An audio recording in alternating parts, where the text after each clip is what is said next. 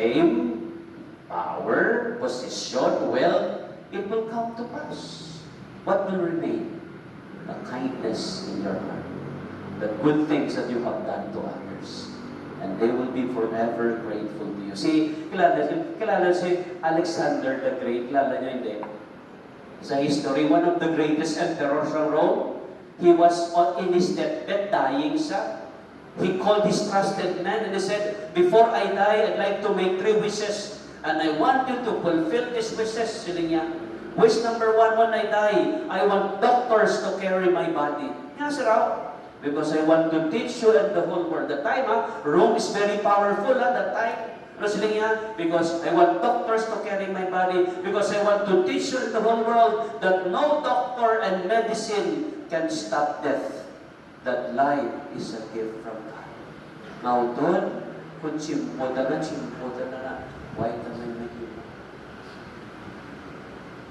So live your life to the fullest. Love deeply and truly. So that when God calls you, Basilica Lord, mission impossible, but mission accomplished. Yung wish number 2, sila na Alexander the Great. When I die, i-procession ko sa streets ng ating city. Sir, because I want to teach you and the whole world that when I die, Alexander the Great is just a pilgrim in this world. Niya ako, mag-aagi, magapanglakaton lang sa ibabaw sa kalibutan. All of us are pilgrims. Ini kalibutan maagi na niya. Kita yung maagi na tayo, whether we like it or not, accept it or not. The truth is, we are not permanent residents in this world. That's why, while you are passing, ano nga legacy yan ibilin mo? How would you like people to remember you? Ay, si Juan napatay ito, manggaranon to. Where is his wealth? In fact, mapatay ka, awayan pa sa kabataan mo, Marta. Ang ipangabudlayan mo, ipabalasan mo, awayan mo lang nila. Ay, napatay si Juan to, lang alam to. Where is his wisdom? Ay, si Juan napatay to, powerful to, grabe to connection. No connection sa God. You see, what matters most is the love in your hearts and the kindness of God and the faithfulness in your family. Kung ako magtanaw, mag-grade kay May, ipas the baton. So, mga brothers and sisters, number 3, si Alexander the Great. Kung mapatay ko, sila niya, gusto kong kamot ko muna, waiga muna. And I want my people to see my hands like this. Nga nga siya raw, because I want to teach you and the whole world that when I die, I bring nothing with me. Look at my hands. It's empty. Wala kita bladanon, mas ano ka manggaranon sa tao, magkaimo na sa tao, amo lang nagyaman ng duta ngayon lugnan. So at the end, what matters most is love. And lesson number 2, na-learn ko sa pag-plant sa mango seeds, in life, it is also important to make right investment. So first, invest in your family. Take good care of your family. That is your number 1 priority and mission. Next to God is your family. And Mike is a family man. Hands-on. Sacrifice a lot. Work for the family because of his love. So invest in your family. Number 2, very important, invest in your good name. Take good care of your name. Don't tarnish your name. And how do you invest in your name? By doing what is right. By being honest most of the times. By being humble and grateful. May isa ka hunter, nanghan pala siya, bilog nga adlaw, wala siya na naibo nga sapat. Paladag niya kadimalas maniman, niya mapuli na lang ko. Sa kapuli na siya, kita sa layon niya, wow, save the best for last, di ba? So gintiro yung leon, ay sirong na, why nahigong leon? Nakita sa leon na sila, ang leon litriwe sa wala kakaon, isang leon pa, save ba? So ginlaga sa kaleon, labay sa cliff, no options siya, kung di siya maglumpat, Kanon sa sangliyon, maglumpat siya, mapatay siya. Yan ang brahon ko ni man.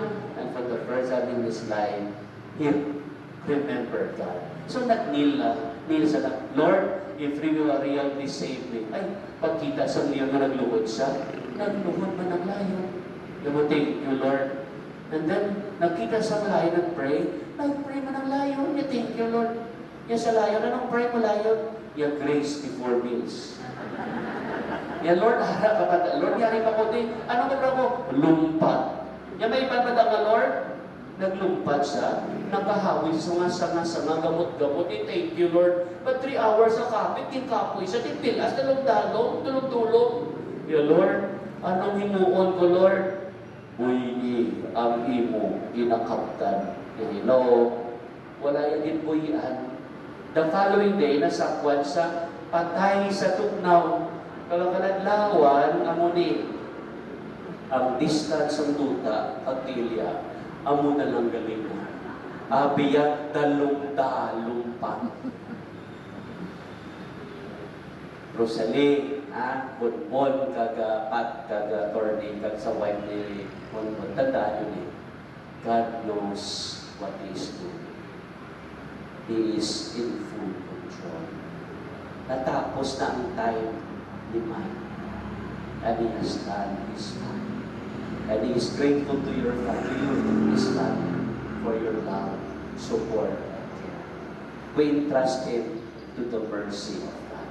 Pero nalilagyan, halin ko sa purgatorio at gusto magkanto ni. Kita ay kami ito ni Mike.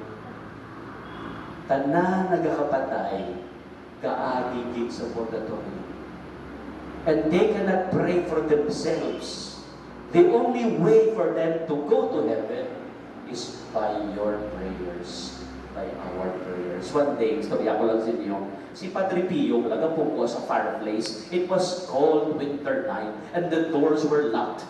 Walang pasada, may nagtupad siya ng soul. Ni Padre Pio, paano ka din nagsulod? Di ka nag-agi? Sirado na ng mga doors. Ya Padre Pio, halin mo yun sa purgatorio. Dugay na ko napatay. Tingari ka di, I ask permission from the Lord to appear to you. Ay nalipatan ako pangamuyuan sa pamilya ko. And until now, I'm still in purgatory. Padre Pio, please offer Mass for me. Ni sinungalan mo, kompleto si Pietro Mauro. How did you die? Nakagapan ni Bako ko, nagkurta ba ko sa Italino, natulugan ko, nasunog ang matris, nakatay ko. Nani Padre ko siya, misahan nakabwas, pero hindi ka na di magbalik. Yaw, Padre Pio, promise. The following day, nagmisa si Padre Pio. Saktang kamisa si Padre Pio, nag-open ng heaven. And then si Pietro Mauro from purgatory, like lightning, nag-transit sa heaven. Yung Padre Pio, kung wala ko gimisahan until now, I am still involved. Doon sa family, ni Mike, please offer masses for him. And this is what we will do, Atty. Robert, on kay Pat, no? On the 40th day, mamisa, kita, pangisahan, nagisa. You know, brothers and sisters, when you pray for the souls in purgatory, they in return will help you. And the prayers are very, very powerful. May miko kumatani. Si Father Benny de Guzman, ma-Jesuit. Gawin